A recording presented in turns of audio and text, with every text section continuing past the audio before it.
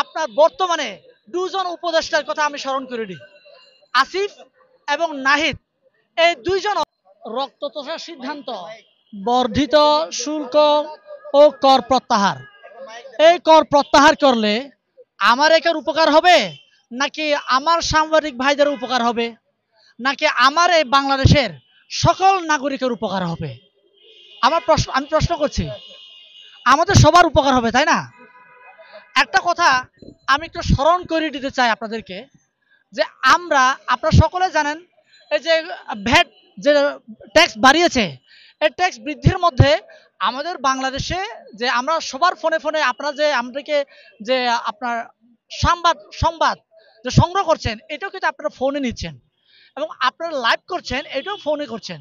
এই ফোনটা কোনো না কোনো সিম দিয়ে চলে, তাই না? এই সিম, আপনার সিমের যে এমবি বলেন বা টাকা আমরা যে রিচার্জ করি, এই রিচার্জের মেয়াদ কেন থাকে, কেন রাখা হয়? এটা নিয়ে আমরা 2019 সালে আপনার বর্তমানে দুজন উপদেষ্টার কথা আমি স্মরণ করে দিই। আসিফ এবং নাহিদ, এই দুইজনও আমাদের সাথে এক সময় এই মোবাইলের মেয়াদ, মোবাইল যে আমরা রিচার্জ করি, এই রিচার্জের মেয়াদ এবং যে এমবির মেয়াদ না রাখার জন্য ওরাও দাবি উত্থাপন করেছিল, ওরাও আন্দোলন করেছিল। এখন তাহলে এরা তো এখন সরকারের চেয়ারে বসে আছে, ওরা কেন?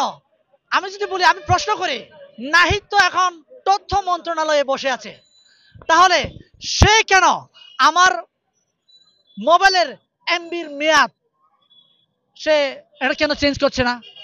এমবির মেয়াদ কেন আছে? ওর টাকার মেয়াদ, আমি আমার টাকায় রিচার্জ করছি, আমার টাকার মেয়াদ কেন থাকবে?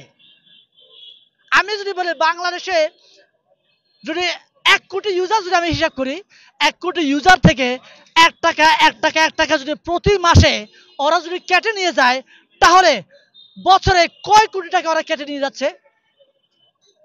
কয় কোটি টাকা কেটে নিয়ে যাচ্ছে? আপনার হিসাব দেন আমাকে। এখন এইরকম একটা সিম কোম্পানি প্রতি মাসে আমাদের কাছ থেকে হাজার হাজার কোটি টাকা আমার কাছ থেকে ডাকাতি করে নিয়ে যাচ্ছে। আপনারা বলেন যে একটা ছেলে ওই যে বাস থেকে মোবাইল টান দিয়ে নিয়ে গেলে আপনার দৌড়ে দৌড়ে ওদেরকে মোবাইল চোর বলে দৌড়ায় পিটান, তাই না? এখন আরে ভাই, ও তো 1500 টাকা বা 10,000 টাকার মোবাইল চুরি করেছে।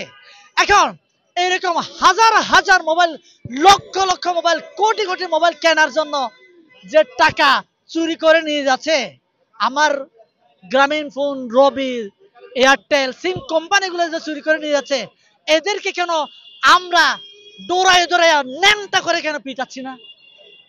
উত্তর আছে আপনাদের কাছে? এত ভাই পেটের তাগিতে সে খেতে না পারে একটা মোবাইল সে চিন্তাই করেছে, অন্যায় করেছে মানি আমি, কিন্তু এর থেকে বড় অন্যায় তো ওরা করেছে আমার কাছ থেকে প্রকাশ্যে দিবালোকে আমার কাছ থেকে ওরা পকেট কেটে কেটে টাকা নিয়ে যাচ্ছে। এটা নিয়ে আমাদের আওয়াজ তুলতে হবে।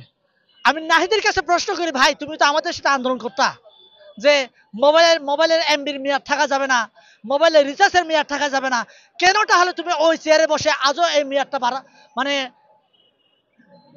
মানে কি বলে, মেয়াদটা বাতিল না করে বরঞ্চ তুমি আমার মোবাইলের ভ্যাট ট্যাক্স আবার মানে 42% নাকি 46% ট্যাক্স বাড়িয়েছে।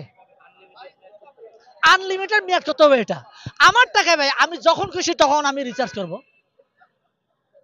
সে এগুলো কেন বলছে না? এগুলো বলতে গেলে এখন আমাদেরকে বলবে আমরা জুলাই বিপ্লবকে আমরা ধারণ করি না, আমরা জুলাই বিপ্লবকে আমরা কি বলে, আমরা জুলাই বিপ্লবের কোনো অংশীদার না। তাহলে আমার কথা হচ্ছে, এই জুলাই বিপ্লবে কি শুধু আপনার হাসনাত কিংবা নাহিদ কি আন্দোলন করেছে, কিংবা আসিফ কি আন্দোলন করেছে? আমরা প্রত্যেকে কি আন্দোলন করি নাই? আমরা প্রত্যেকে আন্দোলন করেছি ভাই। এখন এই জন্য ওই বিভাজনের রাজনীতি আমরা যদি করি, তাহলে এই যে এই ভ্যাট ট্যাক্সের টাকা ইস্যুর পর একটা ইস্যু আসবে। শেখ হাসিনা সরকার কি করতে জানেন? একটা ঘর পুড়ে গেছে, একটা ঘর পুড়ে গেছে, একটা সেনা অফিসারকে মেরে ফেলা হয়েছে। ওই সেনা অফিসারকে যাতে করে বাংলাদেশের মানুষ বিচার চাইতে না পারে, এই জন্য কোন এক কোনায় গিয়ে আগুন দিয়ে দিবে কোন এক ভবনে।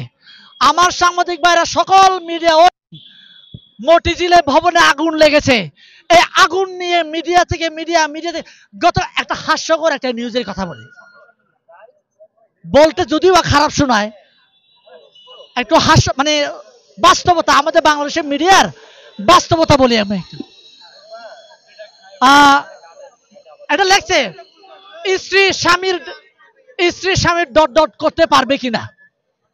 এটা হচ্ছে আমাদের বাংলাদেশে একদম আপনার 5টা মিডিয়া যদি থাকে, প্রিন্ট মিডিয়া, ওই মিডিয়ার একটা মিডিয়া এটা।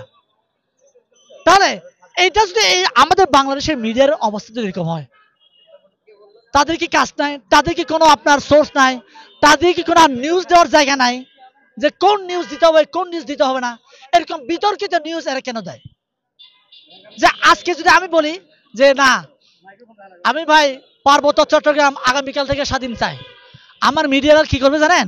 এগুলো কেটে কেটে কেটে কেটে কেটে রিলস আকারে ছেড়ে রাতারাতি crore crore million million view হবে, ওটা লোকে শেয়ারও করবে। আর আমি যদি বলি আজকে আমি বাংলাদেশে থাকতে চাই, আমরা সবাই মিলেমিশে থাকতে চাই, আমরা মারামারি করতে চাই না, তাহলে এগুলো কেউ শেয়ার করে না। কারণ আজকে আমরা এই যে ভ্যাট ট্যাক্সের জন্য আমরা বসেছি, এটা তো আমি আমার ব্যক্তিগত একার জন্য বসি নাই, আমাদের প্রত্যেকের সুবিধা অসুবিধার জন্য আমরা এখানে বসেছি। তাহলে আমাদের করণীয় কি? আমাদের করণীয় হচ্ছে এটাকে সাহায্য করা, সহায়তা করা। আমি আবারও বলছি, আমার বাংলাদেশে যে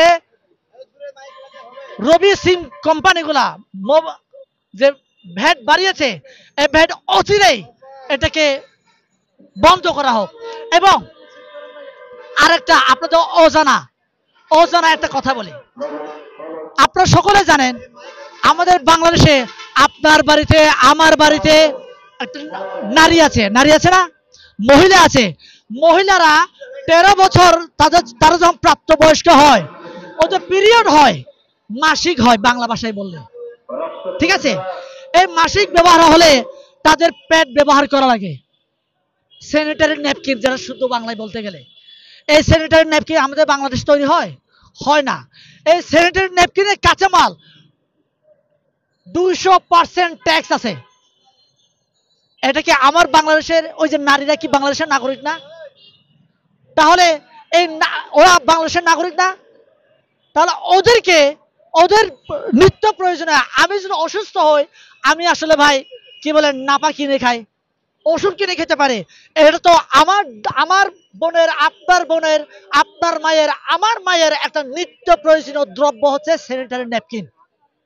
এই স্যানিটারি ন্যাপকিন 200% ভ্যাট কেন রাখে? আমদানি রপ্তানির ক্ষেত্রে এত উচ্চ মূল্য কেন? বিলাসী পণ্য মধ্যে এটা কেন রাখছে?